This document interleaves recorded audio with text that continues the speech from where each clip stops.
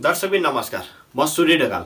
आजको भिडियोमा म तपाईहरुलाई नेपाल प्रहरी सेवातर्फ राजपत्र अनाङ्कित चतुर्थ श्रेणी जुन प्रहरी जवान भनेर चिनिन्छ, प्रहरी जवानको बारेमा चाहिँ म तपाईहरुलाई जानकारी दिन गइरहेको छु। प्रहरी जवान बन्नको लागि लिखित परीक्षा के कस्तो आउँछ, के कस्तो पाठ्यक्रम रहेको छ, त्यो आजदेखि चाहिँ तपाईहरुलाई अब आजसम्म मैले चाहिँ यो प्रहरी सहायक निरीक्षक असैको लागि चाहिँ क्लासहरु रन गराएको थिएँ र हाम्रो चाहिँ सनलाइट सेन्टरबाट चाहिँ जुम मार्फत धेरै क्लासहरु पनि भइसकेका थिए असैको लागि तयारी क्लास।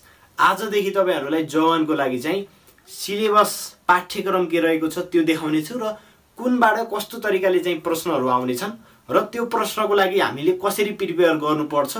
आज पहिलो भिडियो जुन जवानको लागि चाहिँ आज पहिलो भिडियो रहेको छ र अबदेखि चाहिँ तपाईहरुले चाहिँ सधैं यस युट्युब च्यानल मार्फत भिडियोहरु पाइरहनु हुनेछ, पाउनु हुनेछ है त।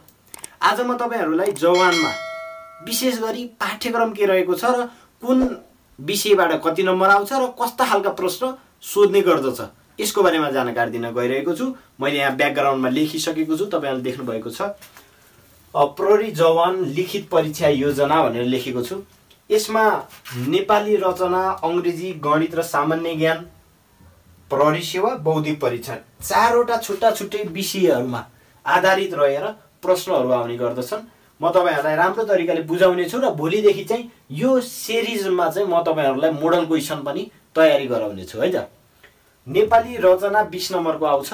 यसमा चाहिँ नेपाली लेखन दुईवटा प्रश्न हुन्छ 10 नम्बरको 5x2, एउटा प्रश्न गरे बापत 5 नम्बर, दुईवटा गरे बापत चाहिँ 10 नम्बर आउँछ र यसैगरी व्याकरणका 5 वटा प्रश्नहरु हुन्छन्, त्यसको एउटाको 2 नम्बरको दरमा चाहिँ 10 नम्बर आउँछ, टोटल 20 नम्बर यस्तो रहन्छ नेपालीबाट। यसैगरी तपाईहरुलाई अंग्रेजीमा चाहिँ 15 नम्बरको आउँछ।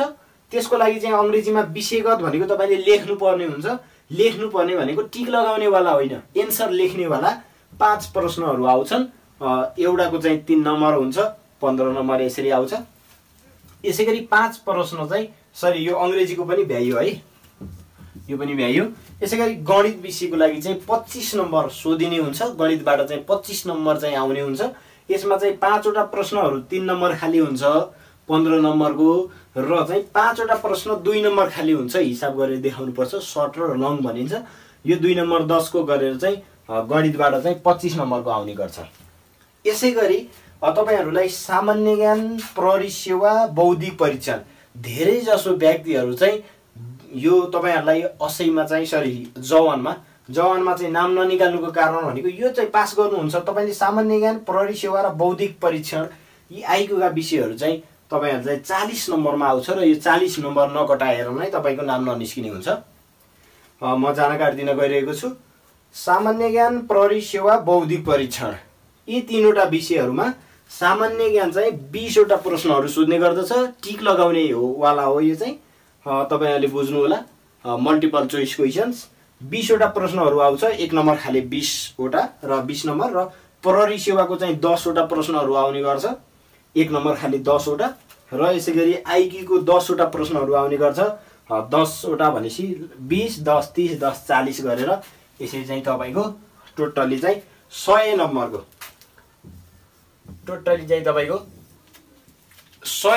चाहिँ प्रश्नहरु आउने गर्छ। अझै एकचोटी हेर्नु होला। सामान्य ज्ञान, प्रहरी सेवा र बौद्धिक परीक्षणमा 40 नम्बर, म्याक्सिमम मान्छेहरु फेल हुने भनेको यो हो र यसको बारेमा चाहिँ म तपाईहरुलाई यी सबैको बारेमा सेट बनाएर हरेक दिन तपाईहरुलाई यसरी नै क्लास दिइरहने छु।